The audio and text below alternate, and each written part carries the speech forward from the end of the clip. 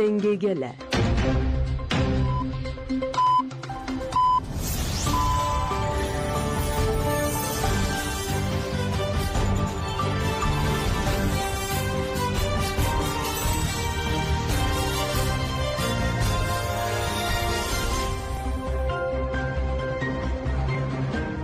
ئەم کاتتان باش بیسەرانی هێژە لە ڕادیۆ دەنگی گەلەوە بە یارمەتیا و کارانم گەشتی هەواڵەکانی کاتژمێر 2 با کاتی ناوەندی ئەوروپاتان پێشکەش دەکەین.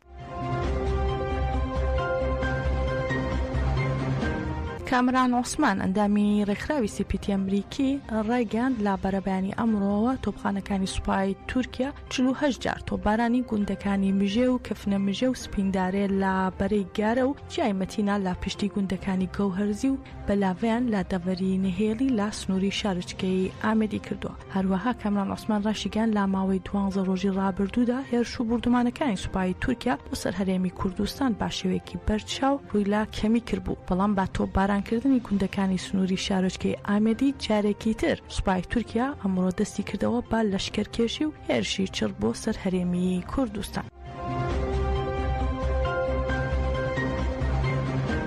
ئیشگری ئازادی لە ستراسبورگی فەڕەنسا لە هەفتەی 679 خۆیدا بەردەوامە. چالاکیەکە کە هەر هەفتە لەلایەن گروپێکی جیاوازەوە لە ستراسبورگ لاستۆ دەگرێت بە ئامانجی کۆتایی هێنان بە گۆشەگیری و مسوگەرکردنی ئازادی جەستەیی ڕێبەرۆ جەلانە. چالاکی ئەم هەفتەیە لەلایەن سەرحەدی یەڵدز و فاروق تورکهان و تایلان ئەکدەمیر کە لە شاری بازلی سوئیسراوە چوبوونا ستراسبورگ لاستۆگیرە. سەرحەدی یەڵدز لە سەر ناوی گروپەکە ڕایگەاند چیتر هەلومەرجی گۆشەگیری قبول ناکەن وتی ئازادی ڕێبەرایەتیمان دەخوازین و بانگەواز لە دامەزراوە دیموکراتیکەکانی ئەوروپا دەکەین پێویستە کۆنسەی ئەوروپا و کۆمیتەی ڕێگری لە ئاشکەنجە سیپیتی و دادگای مافەکانی مرۆڤی ئەوروپا دەمەمە هەمووان بە ئەرکی خۆیان هەستن. یەڵدز ڕاشیگەاند ئێستا ڕۆژهەڵاتی ناوەڕاست بۆتە شوێنی شەڕ و ئاگر و وتیشی ئەوان نابنە لایەنی شەڕەکە و ڕێبازی ڕێگای سێمی ڕێبەرۆ جەلان پەیڕەو دەکەن و سیستەمی ژیانی یەکسان و ئازاد پەسەند دەکەن. جەختیشی کردەوە ئازادی گەلی کورد و گەلانی ڕۆژهەڵاتی ناوەڕاست بە ئازادی ڕێبەرۆ جەلانەوە گرێدراوە و بەم باوەڕەوە ئیشگری دەکەن. یەکێتی خوێنکارانی وڵات پارێزی سووریا و ئەنجومەنی خوێنکاران دەربارەی ئەو سڵاوەی کاڕێبەر ئۆجەلان بۆی ناربوون کۆبوونەوە با خوێندنەوەی ڕاگەیاندراوێک پێشوازیان لێ کردووتیان با فەلسەفەی ڕێبەر ئۆجەلانەوە هەنگاو بەرەو ئازادی هەڵدەگرین. لە ڕاگەیاندراوەکەیاندا سەرنجیان خستە سەر بانگەوازی ئاشتی و کۆمەڵگەی دیموکراتیکی 27 شوباتی ڕێبەر ئۆجەلان و ئاوتراکە هەموو خوێنکاران و مامۆستای زانکۆی کۆبانی با عومەر ئۆجەلاندا سڵاویان بۆ ڕێبەر ئۆجەلان ناردووە. لە بەشێکی دیکەی ڕاگەیاندراوەکەدا هەروەها وتراوە وەک زانکۆی کۆبانی سەربەرزین با فکر و فەلسەفەی ڕێبەر ئۆجەلان و دڵخۆشین بەو نامەیە کە ڕێبەر ئۆجەلان بۆمانی ناردووە و بەڵێن دەدەین خاوەنداری لە پەیامی نامەکە بکەین و با گوێرەی پارادایمی نوێ بجوڵینەوە. وا دەشڵێن قەرزداری ڕێبەر ئۆجەلان و کۆمەڵگەکەمانین لەم پێناوەدا چیمان لەدەست بێت دەیکەین و گەلێک بەبەختین کە هاوسەردەمی فەلسەفەی ڕێبەر ئۆجەلانین بەو فەلسەفەیەوە بەرەو ئازادی هەنگاو دەنین.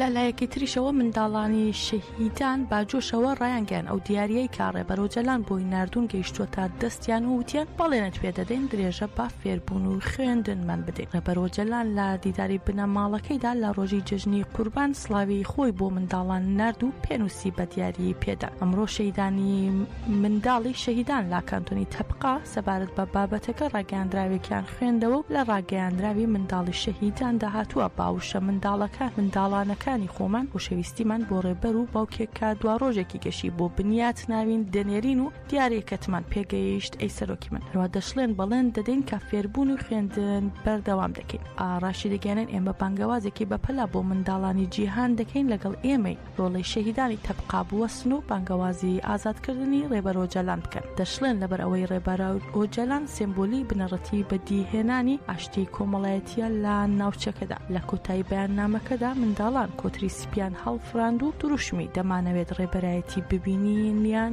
وتەوە.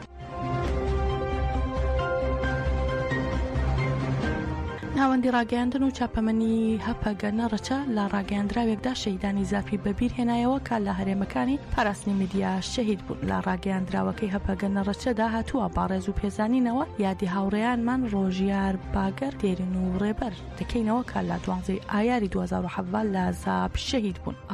هەپەگەنە ڕەچە ڕای دەگەێنێت هاوڕێیانی هێژامان لەو قۆناغەدا کە دەوڵەتی تورک با دژواری درێژەی بە هێرشە تەسویەکاریەکانی لادژی کورد تێکۆشانی ئازادی کوردستان و چەوستاندنەوەی گەلەکەمان دەدا بەشداری نێوڕێزەکانی پەکەکە بوون. هەروە دەشڵن هاوڕێیانمان کە لەبەری جیاوازدا بۆ هەمان ئامانج بەرخۆدانیان کرد و ئەرکی مێژووی خۆیان بەجێگیان بەو پەڕی هەستیاریەوە نزیکی ئەرک و بەرپرسیارەتی تەفگەرەکەمان بوون و بە هاوڕێتی بەهێز سادەبوون لە شێوازی ژیانی ئاپۆییدا و جەخکردنەوە لە گورزان لە دوژمن ناوی خۆیان لە مێژووی تێکۆشانماندا نووسیەوە.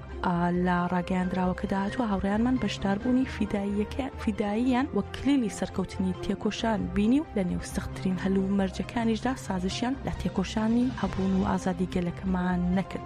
هەروە لە ڕاگەیاندراوەکەدا جەخت کرایەوە لەسەر ئەم بنەمایە سەرخۆشی لا بنەماڵی هێژای هاوڕێیانی شەهیدمان و گەلی وڵات پارێزی کوردستان دەکەین و بەڵێنمان دووپات دەکەینەوە ئامانجی شەهیدانمان پێکپێنین و تێکۆشانی ئازادی با سەرکەوتن تاژدار بکەین. زانیاریەکان لەسەر شەهیدان بەم شێوەیە خراوە تا ڕوو. نارین تەمیزەر با ناسناوی ڕۆژیاسیندا لاوان لەدایک بوو لە 12 ئاداری 2017 لە زاپ شەهید بووە. هەروەها ڕەمەزان تۆگۆچ بە ناسناوی باگۆک لا مردین لەدایک بوو. ڕەحمی توناچ بە ناسناوی دێرن لاوان لەدایک بوو. بایرام یورگۆن بە ناسناوی ڕێبەر جێلۆ لە مەرسین لەدایک بوو. هەمویان لە 12 ئایاری 2017 لە زاپ شەهید بوون.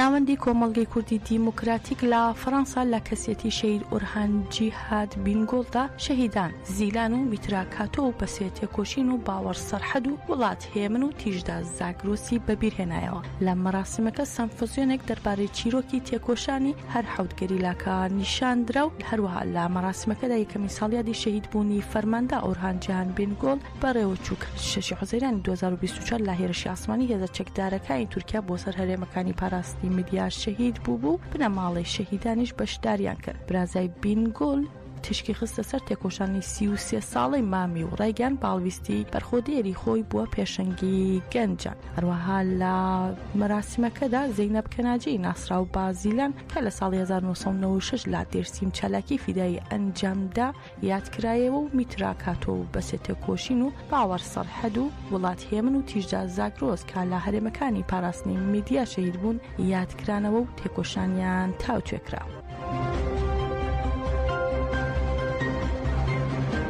دیوانی هاوسەرۆکایەتی کۆنگرەی گەل لە ساڵیادی شەهیدبوونی جێگری هاوسەرۆکانی کۆنگرەی گەل شەهید ڕاپەڕین ئاماد ڕاگەیاندراوێکی نووسراوی بڵاو کردەوە. لە ڕاگەیاندراوەکەدا دیوانی هاوسەرۆکایەتی کۆنگرەی گەل ئاماژەی بۆ کردووە لە سێهەمین ساڵیادی شەهیدبوونیدا باڕێز و پێزانینەوە یادی جێگری هاوسەرۆکانی کۆنگرەی گەل هەواڵ ڕاپەڕین ئاماد دەکەینەوە کە لە 7 حوزەیرانی 2022 لە هێرشی ئاسمانی دەوڵەتی تورکدا شەهید بوو. دەشڵێن هەواڵ ڕاپەڕین بە تایبەت لە بەڕێکخستنبوونی ئەنجومەن و کۆمۆن هەروەها لە پەروەردەکردندا ڕەنجێکی مەزنیدا. لە بەردەوامی ڕاگەیاندراوەکەشدا باس لەوە کراوە بۆ سەرخستنی ئامانجەکانی هەواڵ ڕاپەڕین و هەموو شەهیدانمان بە دڵنیاییەوە پێویستە بنیاتنانی کۆمەڵگە پێک بهێنین و ڕاشی دەگەێنن تاکە ڕێگا وەڵامی بانگەوازی سدەی ڕێبەر ئۆجەلانی پێبدەینەوە سەرخستنی بنیاتنانی کۆمەڵگەی دیموکراتیکە و لە هەموو گۆڕەپانێکدا دەبێ بیکەین بە بنەمای خۆمە. کۆنگرەی گەل ئاماژەی بۆش کردووە هەلومەرجەکان نیشاندەری ئەوەن کاتی ئازادی جەستەی ڕێبەر ئۆجەلان هاتووە بە تایبەت ئەوە پەرە بە پرۆسی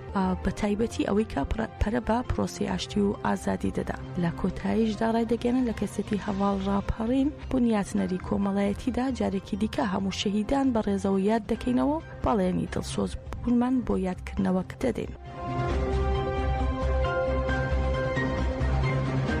لە شاری وان لە باکووری کوردستان دەربارەی دامەزراندنی پلاتفۆرمی تۆڕی بەرەنگاربوونەوەی توندوتیژی و ئامانجلەی کۆنگرەیەکی ڕۆژنامەوانی سازکرا بە پێشەنگایەتی کۆمەڵی ژنانی ستار و کۆمەڵی مافناسان بۆ ئازادی ئۆهەدە و هەروەها کۆمەڵی مافەکانی مرۆڤ ئیهادا پلاتفۆرمەکە دامەزرا. ناوەندی مافەکانی ژنانی نووسینگەی یاساییوان و کۆمسیۆنی مافەکانی منداڵانی نووسینگەی یاساییوان و کۆمسیۆنی کۆچبەرانی نووسینگەی یاساییوان و کۆمەڵی مافەکانی مرۆڤی میدیا و ژووری پزیشکانی سەرۆکیەکانی وان جوولەمێرگ و کۆنفدراسیۆنی سندیکاکانی کارمەندانی جەماوەری لیقی وان و کۆردیناسیۆنی ژنانی ئیداری خۆجێی وان لە پلاتفۆرمەکەدا بەشدار بوون. لەلایەن ئەندامی کۆمەڵی ژنانی ستار ڕاگەیاندراوێکیش خوێنرایەوە و بانگەوازی کرا بۆ تێکۆشانی هاوبەش و ڕایانگەان بۆ بەرەنگاربوونەوەی توندەتیژی سەر ژنان و منداڵان پێویستمان بە دامەزراندنی پلاتفۆرمەیەک هەبوو.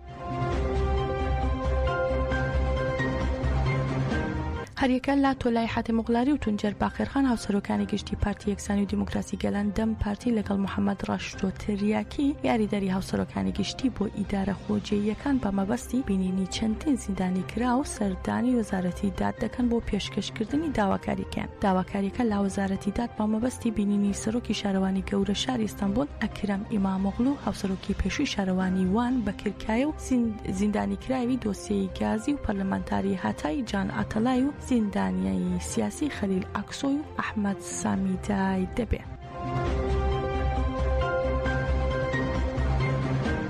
سەرۆک فراکسیۆنی گروپی پەرلەمانی پارتی یەکسانی و دیموکراسی گەلاندەم پارتی سزای تەمەڵی پەیوەست بە پرسەگەرمەکانەوە لە ناو پەرلەمانی تورکیادا وتارێکی پێشکەش کرد. تەمەڵی لە قسەکانیدا سەرنجی خستە سەر شەڕی نێوانی ایران و ئیسرائیل و داوای وەستاندنی شەڕەکەی کرد و جەختی لەوە کردەوە چارەسەر و ڕزگاری هەرێمەکە لەو جەنگەی کابارۆکی گرتووە تەنها بنیادنانی کۆمەڵگەی دیموکراتیک و بەرقەراری ئاشتێکی بەرفراوانە. لە بەردەوامیشدا تەمەڵی سەرنجی خستە سەر بانگەوازی ئاشتی و کۆمەڵگەی دیموکراتیکی 27 شوباتی ڕێبەرۆجەلان وتی پەیامەکەی بەڕێزۆجەلان مانیفێستۆیەکە ئاشتی لە تورکیادا کاریگەری لەسەر کۆی هەرێمەکە دەبێت و گەرمەژاری کورد باڕێگەی دیموکراتیکانە چارەسەر بکرێت و ئاشتی بنیاد بنرێت. ئەوە وێڕای بنبەرکردنی کێشەکانی تورکیا دەبێتە هۆکاری سەقامگیری لە هەرێمەکەیشدا. تەمەڵی هەروە ئاماژەی بۆشدا تاکە ڕێگەی ڕزگاری تورکیا تەنها ئاشتی و بانگەوازی لاگەلانی تورکیا کرد بۆ بنیاتنانی کۆمەڵگەی دیموکراتیک و تێبکۆشن بۆ ئاشتێکی هەمیشەی. لە بەردەوامیشدا ئاماژەی با گفتوگۆکان سەبارەت با چارەسەری پرسی کورد کرد و ڕایگەیاند پێویستە پەرلەمان لەمڕۆ ڕۆڵ بگێڕێت و وتیشی پەرلەمان دەبێت بۆ چارەسەرکردنی کێشەکان دەست بەجێ هەنگاو بنێت و کۆمسیۆنێکی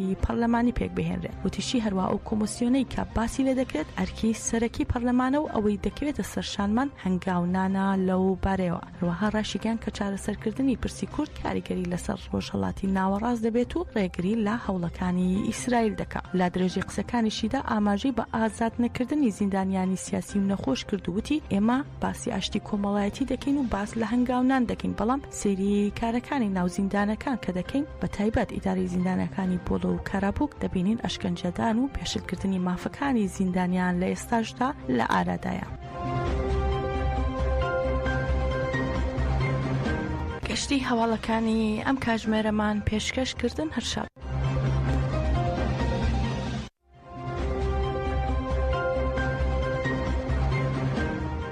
دەم باشکۆدارên hêja em binûçeyeke lezgîn bi werene li Şirnexê 6 herem hatine qedexekirin. Warîtiya li Şirnexê heremên Dönmezler, Kovankaya, Textereş, Hüsrev Paşa, Suhur Paşa yayla, İncebel dağları, yê li navçe Elkê ji bo du rojan weke herema ewlekariya Teybet Ademkî ragihan û ketin û derketina wan qedexe kir. Qedexe wê heta 19 Hezîranê dewam bike.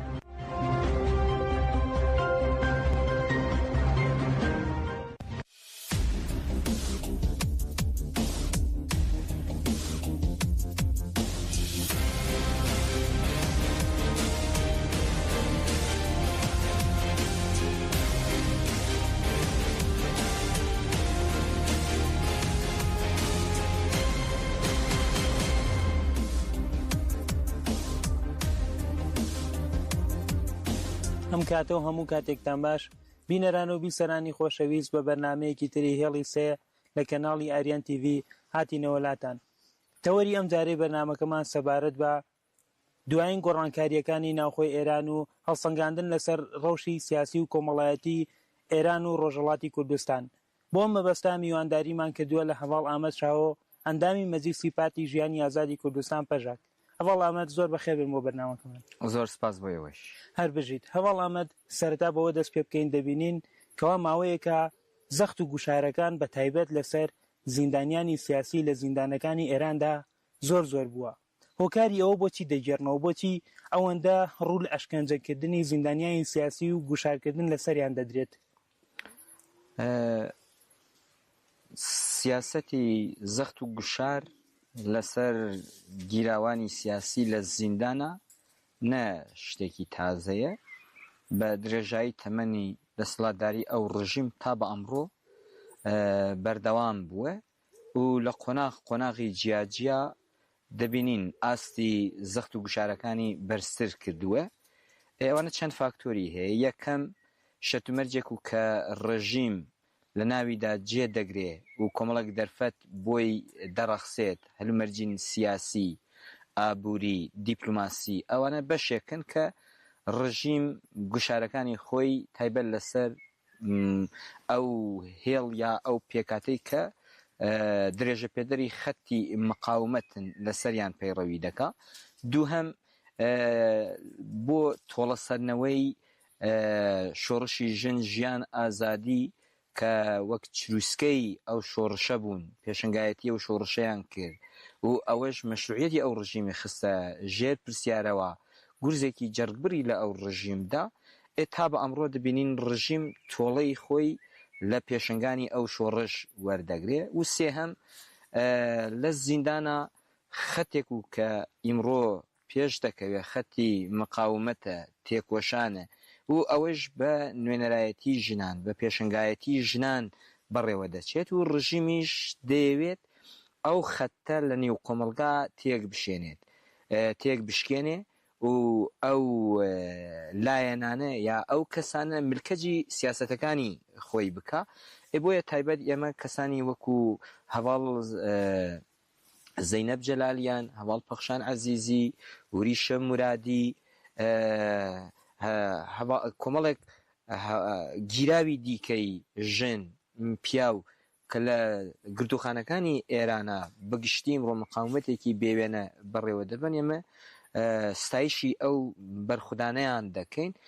بۆیە لە ئەم سەردەما ئەوەی کە پێشنگایەتی شۆڕش دەکایە، ئاڵای شۆڕش دەگەشێنێتەوە، گیراوانی سیاسین. بۆیە ڕژیم ئیمڕۆ هەموو هێزی خۆی تەرخان کردووە کە ئەو خەت یا ئەو هێڵ تێک بشکێنێ. بەڵام دەبینین سەرڕای ئەوەی کە ڕێژەی لە سێدارەدان بەرز دەکا، ئێعترافگیری زیاد دەکا،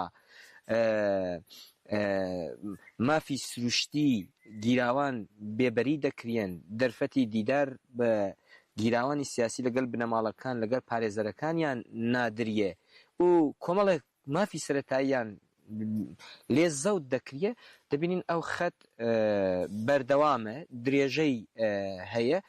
بۆ ئێمە بڕواکەم ڕژیم ئیدن ناتوانێت کە تایبەت چون ژنن ئازادی خواست پێشنگایەتی ئەو خەتی مقاومەت، خەتی دموکراتی دەکەن، ناتوانێت تێکی بشکێنێ. هۆکاری سەرەکی ئەوەیە کە ڕژیم پێداگر لەسەر ئەوەی دەیەوێت مقاومەتێکی دموکراتیک کە بەڕێوە دەچێ ئەو مقاومەت بشکێنێ، کە مقاومەت تێکشکانە کۆمەلگایەک بێهیوا دروست دەبێت. ئەیدا ئەو تروسکەی کە ئیمڕۆ شۆڕش بگەشێنێتەوە لە نێو کۆمەلگا لە ناو بچێ. بەڵام بە بەرپرسیاریەوە ئەو کەسانەی کە ناومان بر، ئەو هەواڵانەی کە ناومان بر، کۆمەڵێک ژنی دیکە لە هەموو گرتوخانەکانە بە پرسیاری مێژووی خۆیان هەستاون. ئەیدە تێکۆشانی گەل کۆمەلگا لە هەموو قوشبنێکە لە دژی ئەو ڕژیم بەڕێوە دەچێت و ئەوەش جێگەی دڵخۆشیە کە ئەیدەر هەموو گۆڕەپانێک بووەتە گۆڕەپانێکی مقاومەت تێکۆشان. ئەو خەت دەبینین لە هەموو جێگەیەکی ناوخۆی ئێرانە بەربڵاو بووە. لە نۆرۆزا بینیمان، لە ئێعتساباتێکی کە ئیمڕۆ لە ئاستی ئێرانە بەڕێوە دەچێت، سەرچاوە ئیلهامەکەی خۆی لەکوێوە وەردەگرێت؟ لە زیندانە وەردەگرێت. چون ڕژیم نەیتوانیوە سەروەری خۆی بەسەر ئەو گیراوانە دروست بکە، ئیرادەیان تێک بشکێنێ، ئەوە دەرفەت بۆ بەربڵاوبوونی ئیرادەی ئازادی خوازی، بەربڵاوبوونی هزری دموکراتیک، بەربڵاوبوونی خەتی نەتەوەی دموکراتیک، سیاسەتی دموکراتیک لە ئێرانە ئاوەڵا دەکا. بەڵێ مەڵەمەت وەکەوەش باسان کردکەوە ئەو بەرخۆدانیە لە زینداندا بەربڵاوە. سیرەکەین مانگرتنەکانی سێشەمانە هەیە کەوا دەڵێن نابۆ ئیعدام، یعنی اعترازێکی بەگشتی لە زیندانەکانە هەیە بەرامبەر بە ئیعدام و بەرامبەر بە سەرکوتکاری.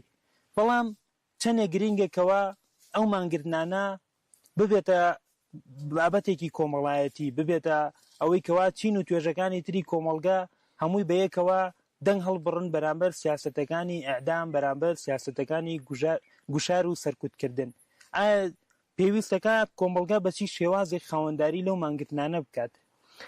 دەبێ ئێمە لە یادمان نەچێ لە سێدارەدان چەکێکی کوشندەیە ڕژیم لە دژی گەلانی ئازادی خواست بەڕێوە دەبا و پێداگرە لەسەر ئەو سیاسەتەی و زۆر کەس زۆر بێ تاوان بوونە شتێکی ئەو تویان لەسەر نەبووە، بەڵام ڕژیم بە سیاسەتی لە سێدارەدان سەیرەکەی کەسەکانی تاوانبار کردووە، بەوە ترس و تۆقانێکی نێو کۆمەڵگا ویستویە دروست بکە. سەرچاوەی ئەوەیش دەگەڕێتەوە بۆ ئیعدام، چون زەهنیەتێکی کۆنەپارێزانەی لە پشتەوەیە، یعنی دەگەڕێتەوە بۆ ئەهدی باستان، ئەهدی ئەتیق، یعنی سیاسەتێکی زۆر کلاسیک زۆر دڕندانەیە کە ئیدر وەڵاندەری داخوازەکانی ئیمڕۆی هیچ دەسەڵاتە هیچ زۆردارێک نادا و پێی ڕەئاڵیتەی کۆمەڵگای مرۆڤایەتیش ناگونجێ. ئەو کات پێویستەکە لێرا بە پێ ئەو سیاست چ بکرێت، چونتمان چەکێکە کە بەکار دەهێنێت چەکێکی کوشندەیە، ئەو کاتە پێویستی بە ئینسجامێکی گشتی لە بەرامبەر ئەو سیاست هەیە، چون تەنیا لە دژی پێکاتەیەک نییە، خەتێک نییە، ڕەنگێک نییە، بینین لە دژی گشتی کۆمەڵگایە، ئەوەی کە پێداگری لەسەر ئازادی و دیموکراسی دەکا، ئەوەی کە لە دژی ئەو دەسەڵات دەوەستێتەوە داوای مافی ڕەوەی خۆی دەکا، بە لە سێدارەدان وەڵامی دەدرێتەوە. ئاو کات دەبینین کۆمەڵێک کەمپین، کۆمەڵێک هەوڵدان هەنە، ئێمە بێگومان پشگیری هەموو ئەو کەمپینانەیەکەین کە لە چوارچەوەی خەتێکی ئازادی خوازی دیموکراسی خوازی بەڕێوە دەچن.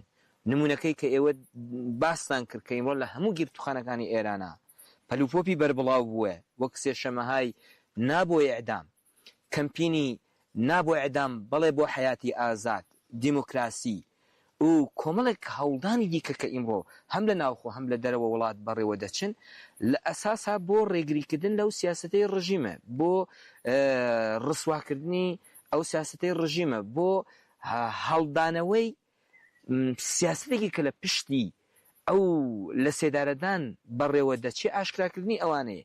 ئەیت بۆیە لێرە ئەرک دەکەوێتە سەر ڕێکخراوەکانی مافی مرۆڤ، چاڵاکانی مافی مرۆڤ، چاڵاکانی ژینگەی، ژن، مامۆستایان، کرێکاران و هەموو پێکاتەکانی ناوخۆی ئێران، نەتەنیا مەسەلەی کوردە، نەتەنیا بەلوچە، نەتەنیا ئازەریە، نەتەنیا عەرەبە، بەڵکو هەموو پێکاتەیەکی دەگرێتە ناوخۆ. ئەو کاتە ئینسجامێکی گشتی لە بەرامبەر مەسەلەی ئیعدامە پێویست دەکات، چون لێرە ئێمە بەحسی ژیانی ئازاد دەکەین. ئەو کاتە هەر تاکێک پێویستی هەیە کە ژیانێکی ئازاد شایەنێتی بژی، بەڵام لە ناو جوغرافیا بە ئەو عەقڵەتی کۆنەپارێزەی کە هەیە ڕێگری لە ئەو ژیانەیەکە. ئەیت بۆیە پێویستەکە هەموو لایەنێک پشگیری ئەو کەمپینانە بکەن، پشگیری ئەو مقاومەتێکی کە ئیمڕۆ لە دژی دەسێدارەدان لە ناو گرتوخانەکانە بەڕێوە دەچێ، چون ڕژیم ئیمڕۆ لە سێدارەدان مەمافێکی ڕەوای خۆی لە قەڵەمی دەدا. لە حاڵەکە ژیانێکی تەندروست ئازاد و دیموکراتیک بە مافێکی ناڕەوای بۆ تاکەکانی نێو کۆمەڵگا لە قەڵەمی دەدا.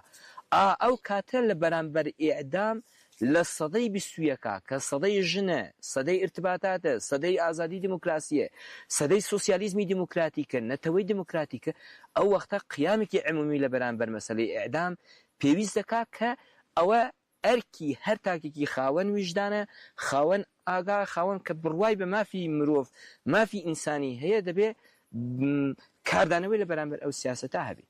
بەڵێ هەواڵامەت دەبینین کەوا لە ناوخۆی ئێراندا و ڕۆژهەڵاتی کوردستانیشدا هەندێک پرسی یان پرس یان ڕووداوی کوشتن ڕوو دەدەن و ئەو پرسانە زۆر ئاڵۆز دەگرێن. یەکێ لەوانە سەیرەگەین هەفتەی ڕابردوو گیانەدەستدانی ئیلاها حوسێن نەژاد بوو، بەڵام پرسەکە زۆر ئاڵۆز کرا.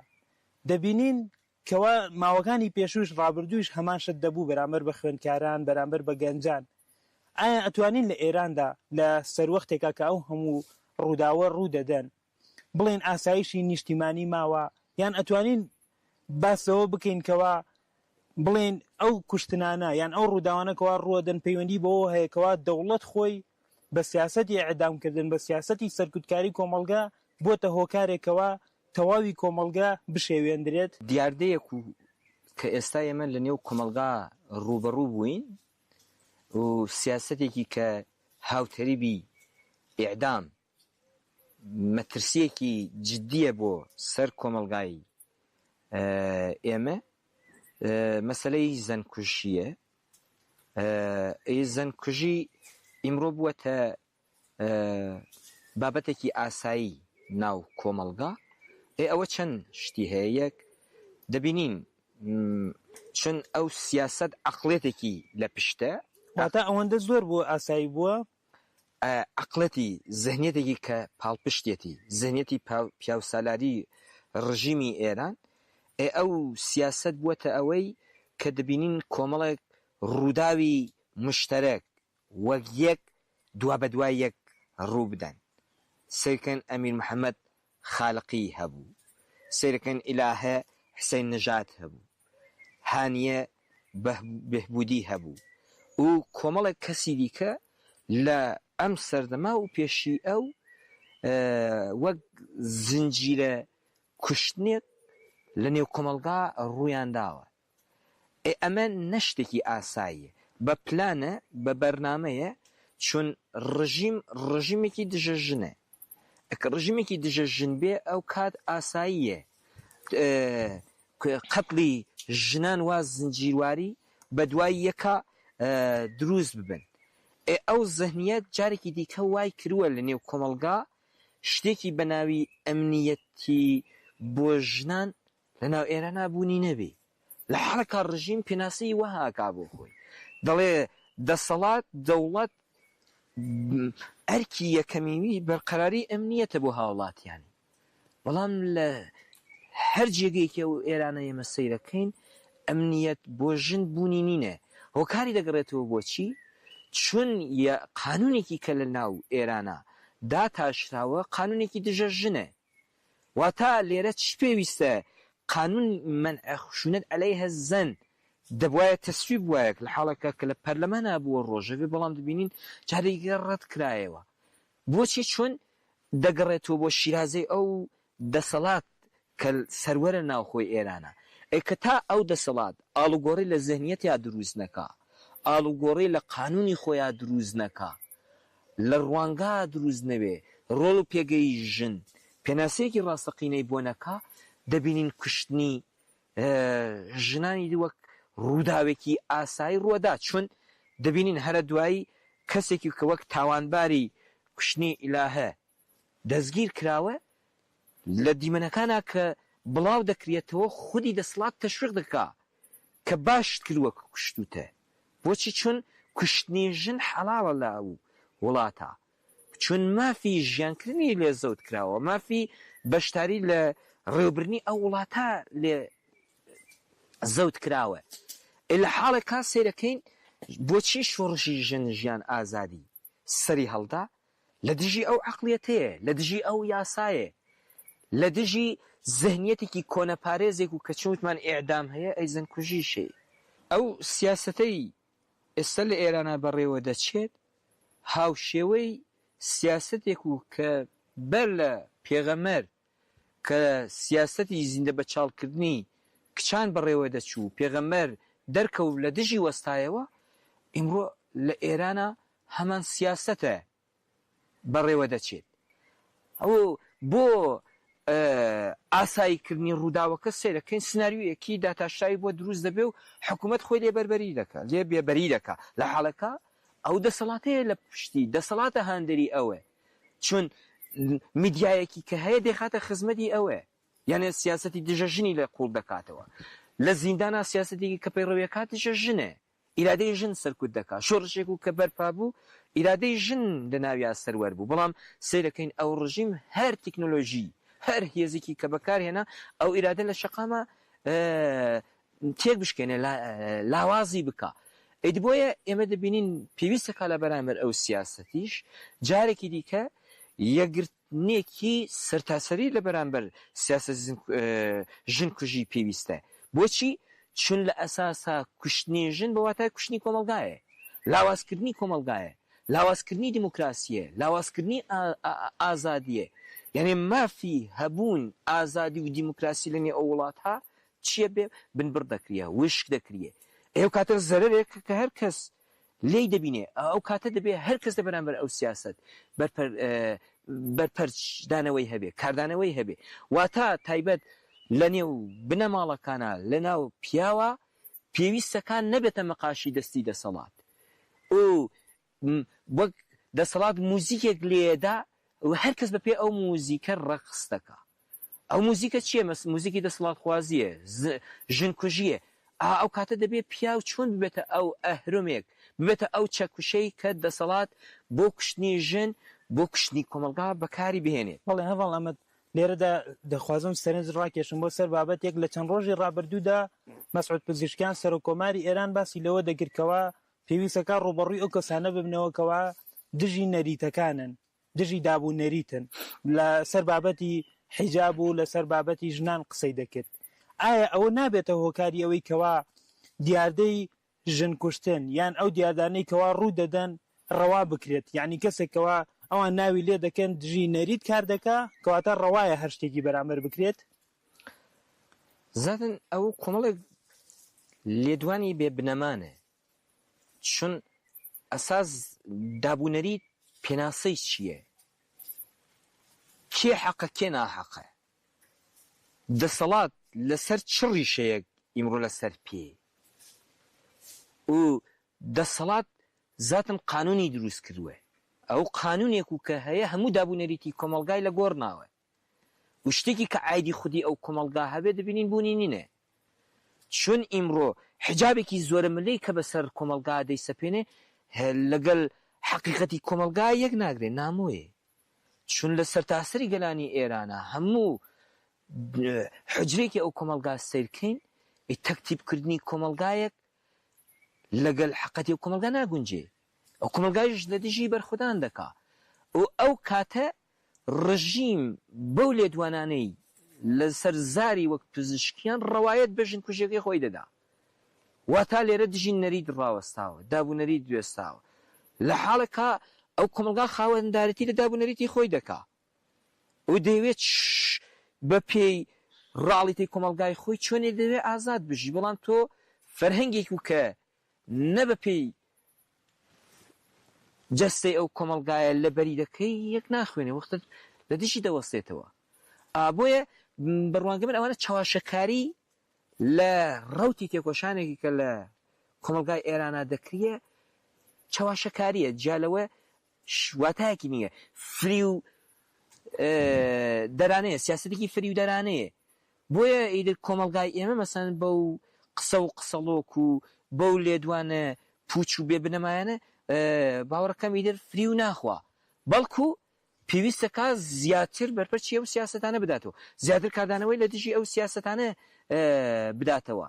چون لە ڕوانگەی ڕژیم ژن کۆیلەیە، کۆمەلگا کۆیلەیە. ئەگەر مەقاومەتی کرد ئەو کاتە سیرەکەی دەبێتە لادەر، دەبێتە تیرۆریست، دەبێتە ئەشرار. کۆمەڵێک بەرچەسپی حازر کردووە کێ ئەگەر بە گوێرەی دەسەڵات نەجوڵاوە بەرچەسپێکی لێدەن. و بە تایبەت ئیمڕۆ ئەو بەرچەسپانە ئەو مارکانە بە گوێرەی کێ گونجاوە؟ بە گوێرەی ژن گونجاوە. ڕژیمێک و کە خودی ناوی ئیسلامی بەناوەکە هیچ جیاوازیەکی ئیمڕۆ لەگەڵ کاپیتالیزمێکا نییە. کاپیتالیزم بۆ ئەوەی ژن وەک کەڵایەک سیرەکەی چ تەولید دەکا، مۆرکێکی ژنی لێدا کە بیفرۆشێ. ڕژیمی ئێرانیش بە هەمان شتە، بۆ ئەوەی سیاسەتی خۆی ڕەوایەت پێ بدا و هەژمۆنی خۆی فراوان بکە و چی دەکا؟ مۆرکێکی ژنی لەسەر دەدا. ئەو مۆرکانە وتم ئەو تۆمەتە بێ بنەمایانەیە کە ئیمڕۆ ئەو کۆمەلگا لە دژی وەستایەتەوە. بۆیە ئێمەش تا دوایی پاڵپشتی ئەو مقاومەتەینە کە ئیمڕۆ خاوەندارەتی لە ڕیشەی خۆی دەکا. ئەو دەسەڵاتەیە کە بێ ڕیشەیە، کۆمەلگا خاوەن ڕیشەیە. ئەو دەسەڵاتەیە کە بێ نەریتە، ئەو کۆمەلگا خاوەن نەریتە، خاوەن تەقالیدی خۆی هەیە، خاوەن فەرهەنگی خۆیە، خاوەن زیهنی خۆیە، خاوەن ڕێخستنی خۆیەتی، شیرازیەکی کۆمەڵایەتی خۆی هەیە. بەڵام دەسەڵات پەلکێشی کوێ بووە سیرەکەی لەو جێگەیە کردوێتە گۆڕستان و وشک و برینی کردووە هەر شتێکی کە ئەیدر بە عەقڵەتی دەسەڵات خوازیە سیرەکەی دەیەوێت پەرەی پێ بدرێت. عەقڵەتی دەسەڵات خوازی ئەوەیە ئەعدامە ژنکوژیە فەقرە ناداتپەروەریە دزیە گەندەڵیە تەوەڕمە تەبعیزە و ریزیکە دەوڵەت ئەوەی ئێوەختە دەوڵەتە چ بەختەوەریەکی بۆ ئەو کۆمەلگا دابین بکە ئابۆیە ئەو گەلەیش ئیمڕۆ لە دژی ئەوە دەوەستێتەوە ئیدی بۆیە ئەوانە دەبێ خودی پزیشکیان کە ئیمڕۆ نوێنەرایەتیەکی ئەو دەسەڵاتەیەکە ئەو زەهنێتی وەلایەتی فەقی نەرم دەکات و دەرخواردی ئەو کۆمەلگای دەبە دەبێت پێداچینەوەیەکی بە دوای خۆی بکە بزانێت کە ئەو دەسەڵات چی دەکا ئەو کۆمەلگا چی بەسەر ئەو دەسەڵات چی بەسەر کۆمەلگا هێناوە بەڵێ هەواڵامەت بابەتێ کە دەمەوێت باسی لەسەر بکەین پرسی دانوستانەکانی نێوان ئێران و ئەمریکایە دەبینین لە تەواوی ڕاگەیاندنەکانی ئێراندا بووە بە پرسێکی گەرم هەتا لە دەرەوەش بەڵام سەیرەکەین ئەوەندە ئەو بابەتە زەق دەکرێتەوە بەڵام کێشە ناوخۆیەکانی ئێران سەریداتە بۆشرت یەکێ لەوانە ناڕزایەتی کامیۆندارانە لەوانە پرسی بازنشستانە لەوانە پرسەکانی تری کۆمەڵگەیە و ئەو احترازانەیەکەوە کۆمەڵگە بەڕێوەی دەبا ئایا چەندێک گرینگەکەوە ئێران بۆ چارەسەری کێشەکانی خۆی ڕووبکە لە کۆمەڵگە نەک ئەوەی کەوا ئێستا تەواوی باس و خواسی شەو و ڕۆژیان بووە بە دانوستانکردن لەگەڵ ئەمریکادا و ئایا سەر دەگریان سەر ناگریان بە چی شێوازێک دەچێت ئایا چەندێک گرینگە کەوا ئێران ئەو مەسەلانە چارەسەر بکات ڕەوەندی دانوستانەکانی نێوان ئەمریکا و ئێران پێنج خولی تاو بوو و ئەمە دەکاری خولی شەشم هەیە یانێ دەوری شەشمی دانوستانەکان بەڕێوە بچێت لەم پێنج دەورە ئەوەی کە گرنگ بوو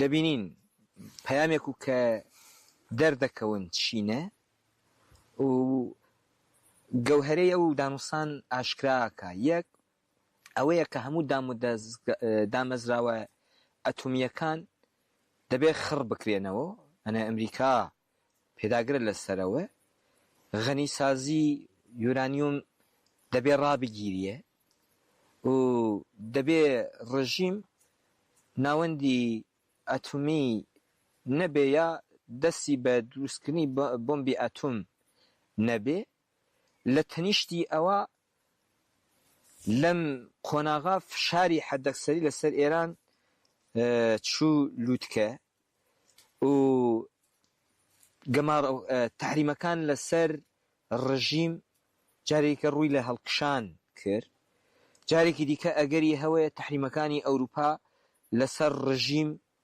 دەبینین زیاد بکریە جاری دیکە فعال سازی مکانیزمی ماشە لە ڕۆژەڤدایە و ویستی ڕژیمیش چییە کە تحریمەکان دەبێت لەسەر ڕژیم هەڵبگیریە و خامنەیش لە لێدوان هەرە دوایی خۆیە پێداگری لەسەر سڕینەوەی ئیسرائیل جارێکی دیکە دەکا ئیسرائیل دەبێت لە ناو بچێ دیارە لە میدیا شەڕێکی میدیایی لە نێوان دوولایەنە هەیە یان لەلایەن ئیسرائیل ئێرانە هەیە ئەنجام لەو پێنج دەورە کە بینیمان دەروەی بابەتی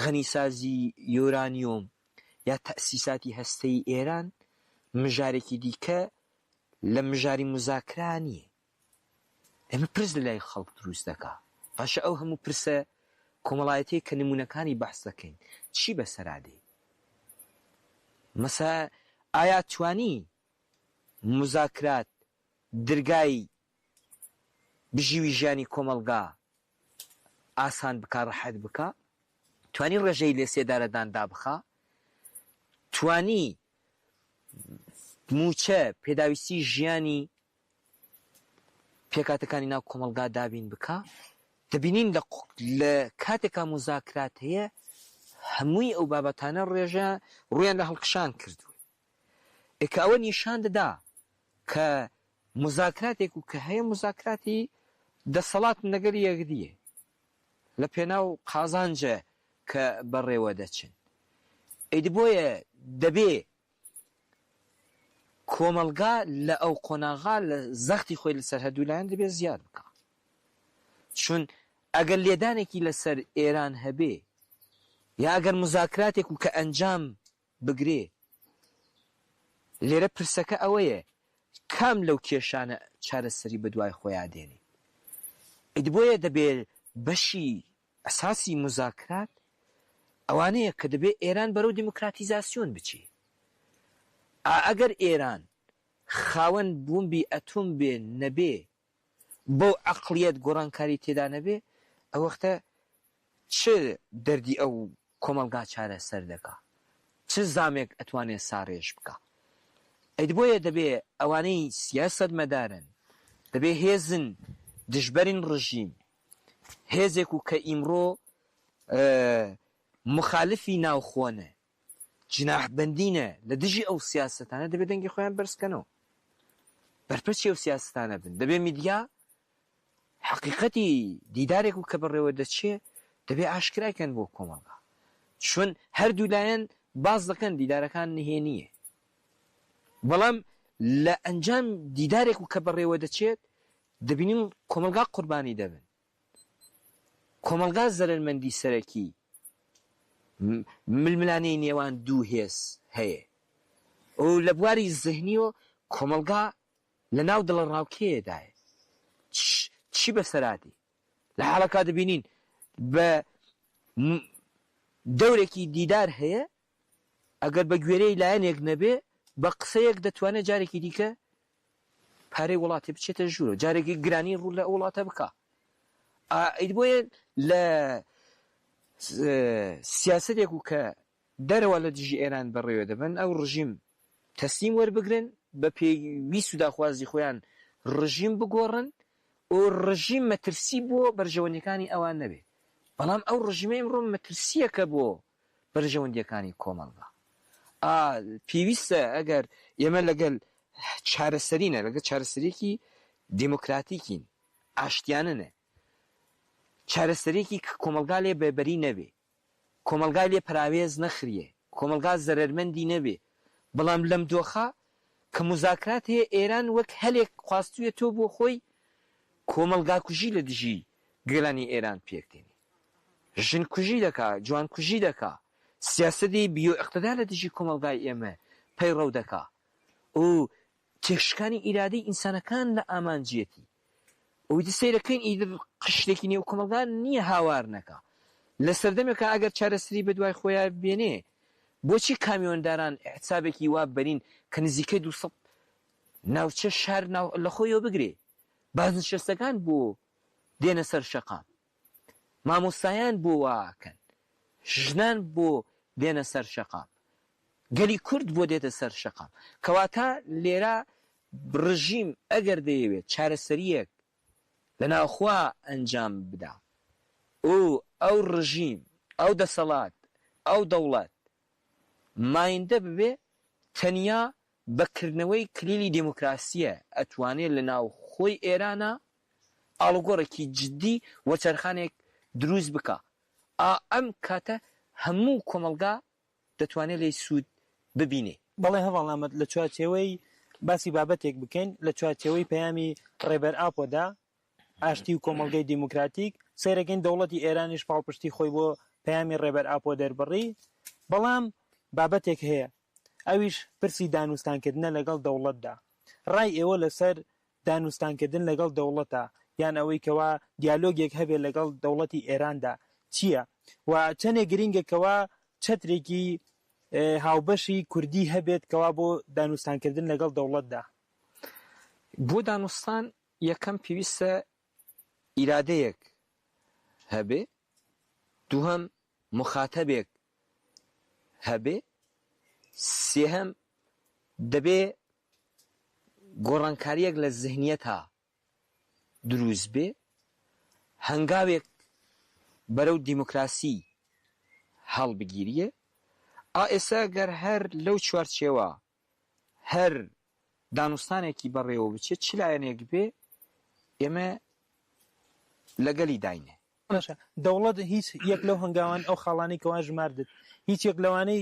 جێبەجێ کردووەکەوە هەوڵێک بێت یان هەنگاوێک بێت زەمینە سازیەک بێت بۆی کەوا دانوستانێک ڕوو بدات دەبێ ئەوەی تای سێمە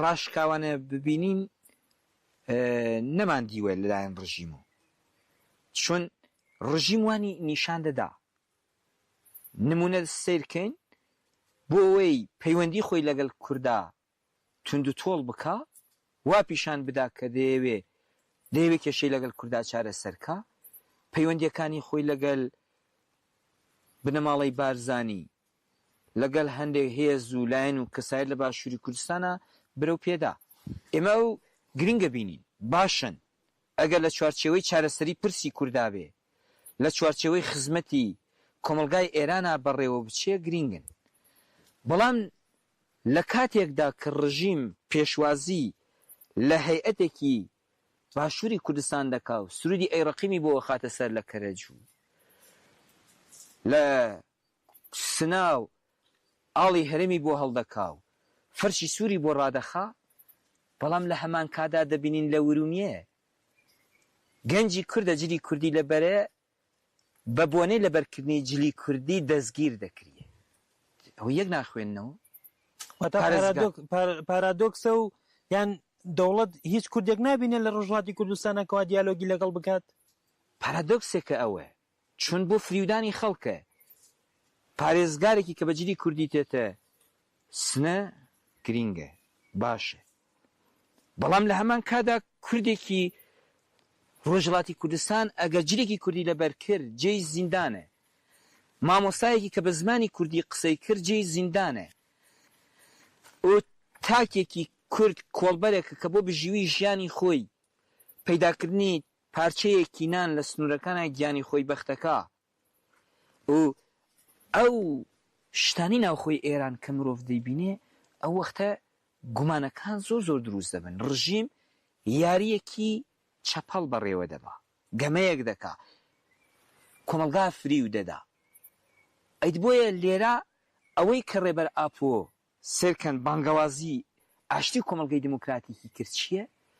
ڕێبەر ئاپۆ بۆ چارەسەری پرسی کورد هەموو لایەنێکی بەشدار کردووە ئۆپۆزیسیۆنی ناوخۆی تورکیا و حکوومەت و حتا ڕۆژنامەوان کەسایەتی سیاسی و هێزین دنی بەشەکانی دیکەی کوردستان هێزن نێودەوڵەتی چون قەزیەیەکی نێودەوڵەتیە پرسی کورد ڕێبەر بۆ چارەسەری پرسی کورد سێرکەن بەرفراوان ئەو پرسەی لە ئامێز گرتووە باشە لە ڕۆژهەڵاتی کوردستانیش ئەگەر پرسێکی وا چارەسەر ببێ دیالۆگێک مزاکرەیەک هەبێ دەبێت لەوە ئاستا بێ واتە دەبێ بە لایەنێک دوولایەن ئەو ئیش بەڕێوە ناچێ دەبێ ڕێکخراوەکانی ناوخۆی ئێران ڕێکخراوە مەدەنیەکان ژنان گەنجان و ئەوانەی کە خۆ نوێنەری کورد لە قەڵەمەدەن ئەوەی کە ئیمڕۆ شۆڕژگەرن بە ئیرادەی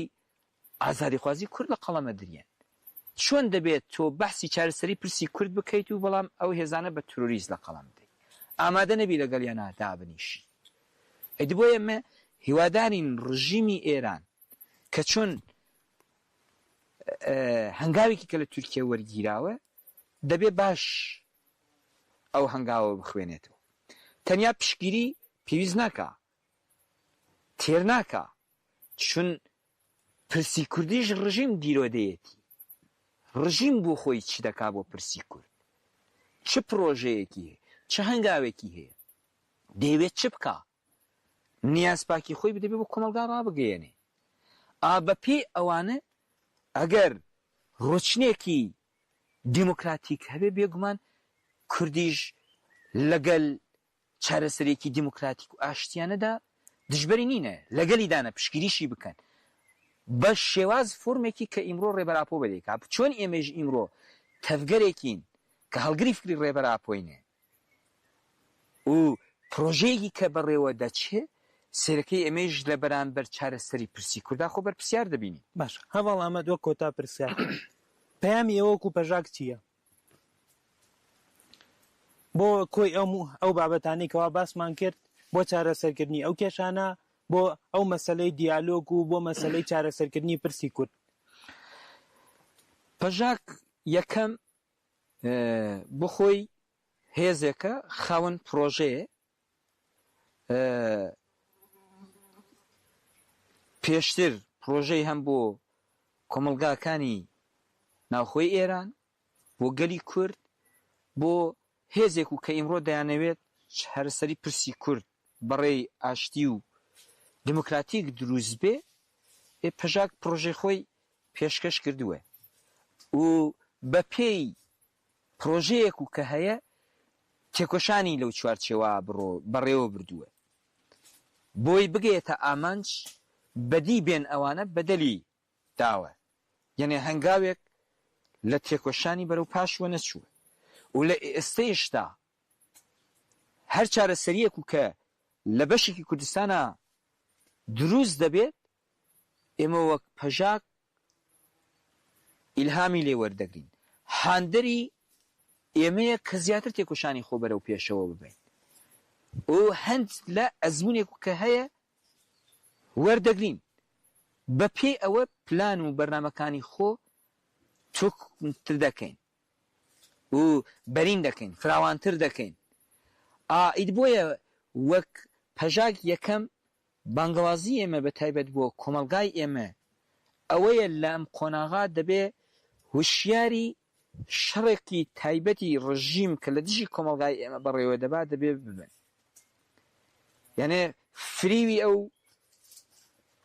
سیاستانە نەخۆن و سارد نەبنەوە بێهیوا نەبن چون تێکۆشانی کورد بەردەوامە مقاومەتی گریلا بەردەوامە تێکۆشانی گریلا ئیمڕۆ لە زیندانەوە بگرە لەسەر چیاوە بگرە لەسەر شەقامە بگرە لە هەر قژبنێکی ئەم وڵاتەمان سەرکە تێکۆشانی ئێمە بەردەوامە لە پێناو چی لە پێناو ئەوەی کە پرسی دۆزی کورد پرسی دیموکراسی بەڕێگەیەکی ئاشتیانە ئێمە چارەسەرکەین ئەیدی بۆیە ئێمە هیوادارین هەر کەس خوێندنەوەیەکی تەندروستی بۆ ئەو دۆخە هەبێ ئەیدی بۆیە بەداخەوە زۆر لایەن سیرەکەین بە جێگەی ئەوەی پشتگیری پاڵپشتی چارەسەری پرسێکی کورد لە بەشێکی کوردستان بکەن ژەحر دەرخواردی کۆمەلگادا ببینین لە ڕۆژئاوا کە خۆبەڕێوەبەری دیموکراتیک باکوور ڕۆژهەڵاتی سووریە چەسپێنرا لەوێ چەندە دژبەری دەرکەوتن بەڵام سیرەکەین بووە نمونەیەکی دیموکراتیک بووە جیهانی سەرسام کرد ذهنیەتێکی تاریکپەرستی وەک داعشی تێک شکاند کاتە پێویستە ئەو زمانە دژبەرەیەکەوە لە ڕاگەیاندنەکان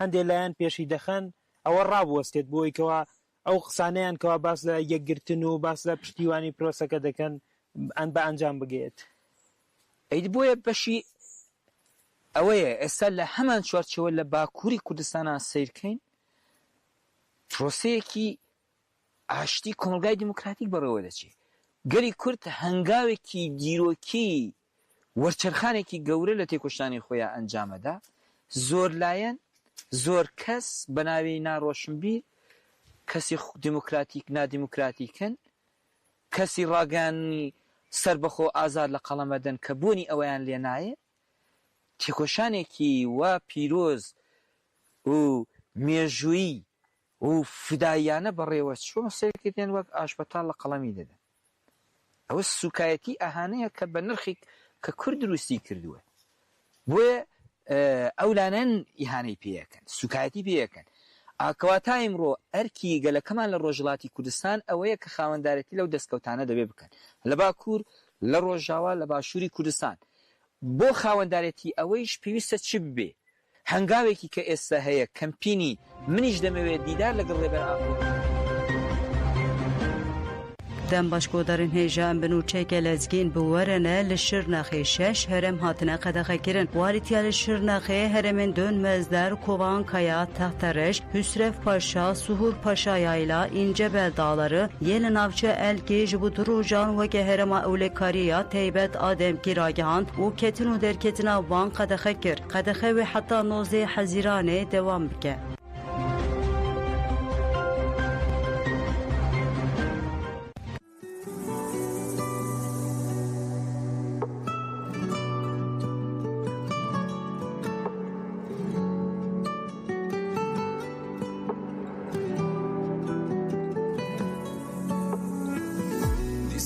Vora dili زاره فلک نیاره اوینی ساره دیسای واره دلی من زاره فلک نیاره آخ اوینی ساره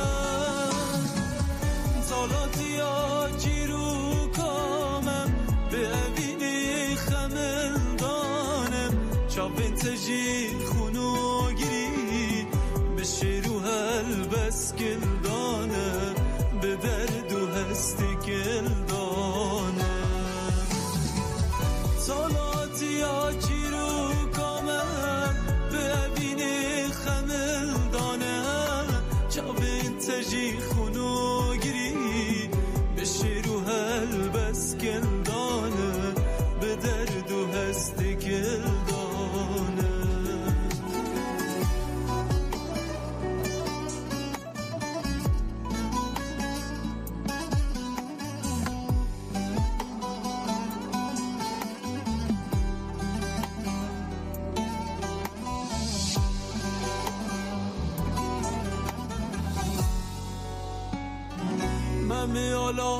میالانم بیار و بیوار حسرت از اینه برینک دجوار من میالانم بیار و بیوار حسرت از اینه